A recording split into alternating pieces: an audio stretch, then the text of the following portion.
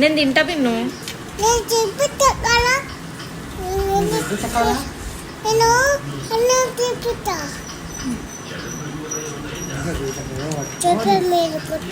ఎందుకు కొడుతావు నిన్ను?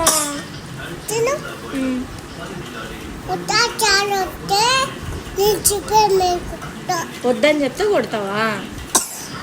చాలు మరి నాకు చెంప మీద కొడతా.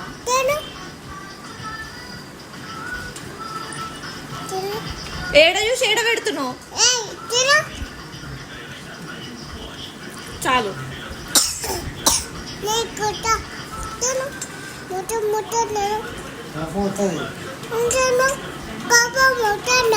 నీకు వస్తుందా?